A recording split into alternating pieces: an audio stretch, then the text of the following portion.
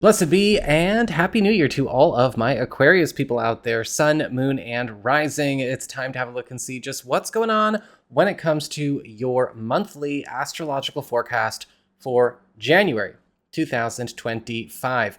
And just a quick reminder for everybody out there, if you ever want to get a personal reading with me, you just need to go on ahead to my website. It's integrativemysticism.com, or you can follow the links in the down bar below. And don't forget to like, share, and subscribe, because I come back every week with weekly astrological and tarot updates as well. So what's going on when it comes to your month? Well, January starts off in a very interesting time warp kind of vibe for you Aquarian people, with the Sun and Mercury together in Capricorn, your 12th house of the past, private matters, secrets, hidden opportunities, shortcuts, and even old business.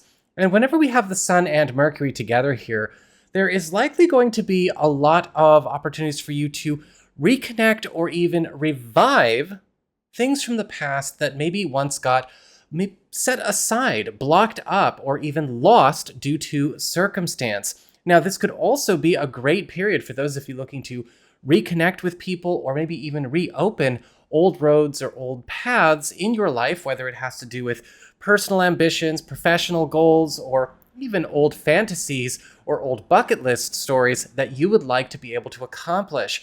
However, with the Sun and Mercury here, you may also be finding that while all of this is going on, you want to be ready to also take some roads less traveled, as a lot of secret opportunities and shortcuts will be coming your way through sources known and unknown that could also put you ahead with a lot of plans that you've got going on in the present.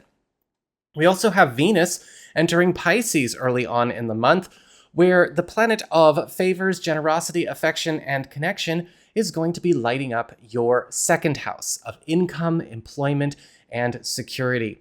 And so this is setting you up for a very cushy January, as Venus in the second house always gives us a chance to not only go through a bit of a business boom as it relates to all things financial, but you're also getting an opportunity to rise up as it relates to maybe life at the office, your industry, your workforce, or maybe even get a chance to score from some favorable treatment or maybe even favorite treatment coming from those you are connected to, as well as attracting a lot of really important new work allies and work opportunities your way. This is a beautiful month for anything you're looking to initiate as far as a change in terms of work path or maybe work lane, so make sure you're there to work with everybody. We also have Mars retrograde moving back into the sign of Cancer as we go into the end of week 1 of January. And this is the part of your chart that rules your reputation, your schedule, life organization, your lifestyle, as well as your standing in your community. Now, with Mars retrograde, we do have kind of a double-edged sword, right, that we have to know how to wield well.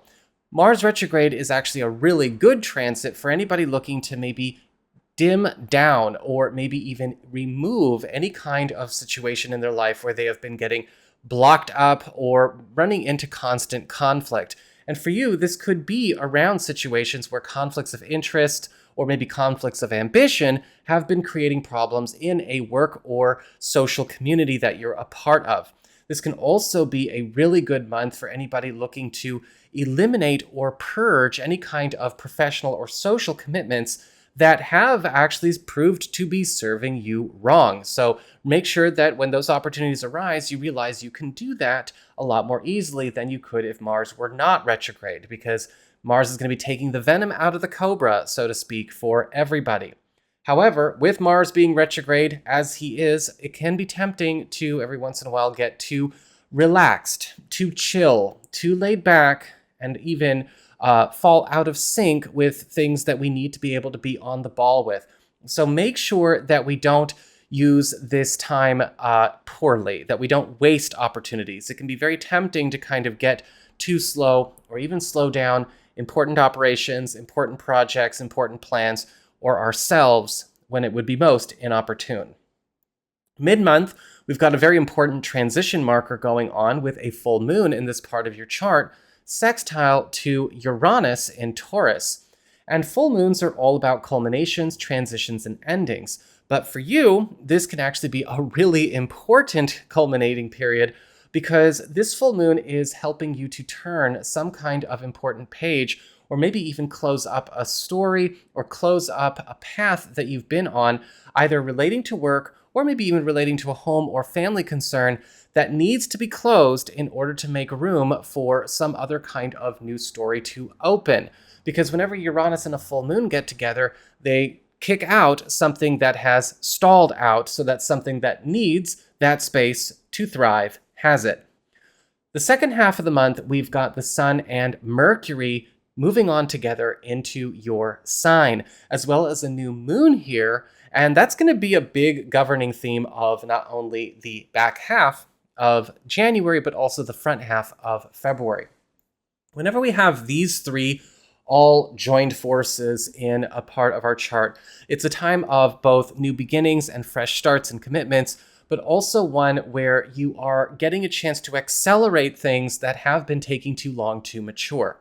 Now, because this is all happening in your sign, you're also going to find that your life is starting to become, well, a little bit more inwardly focused. Whenever we have the Sun and Mercury in our sign, it's a time of getting back in touch with our path, our story, our goals, our projects, our pursuits, irrespective of what's going on with other people, whether it's the job, the family, the partner, the kids, the friends, whatever. Things that you have lost touch with as far as your own story that's here to be played out are going to start to be revved back up. And this is a time of not only coming back into yourself, but also getting a chance to be free from things that maybe have only been going on because maybe your life got too much wrapped up in another's. A new beginning here with the new moon can also indicate some kind of very powerful breakthrough that is allowing you to take on a new role or maybe a new standing in your community as well, or even possibly some kind of new special connection or relationship around the corner. Finally, for our closer, we have Uranus turning direct in Taurus, which is your fourth house of home, family, living situation, and home economy. Now, with Uranus turning direct, this is going to usher in a time where a lot of important shakeups and wild shifts could be going on around the home and family front, especially when it comes to business and material concerns. But it's also going to be giving you a chance to open up some new roads where perhaps it is time that we break down some structures that have been maybe actually doing more against us than for us, whether it is economically or for a family plan or family goal. Uranus turning direct is pulling us out of a wash, rinse, and repeat ho-hum kind of situation that maybe has been more oppressive to us and ours than helpful. So that is what I've got for you, Aquarius people. I hope you found this helpful. If you did, don't forget my name is Nico, Son of Selene, and should you ever want to get a session with me, you can go on ahead to my website. It's integrativemysticism.com.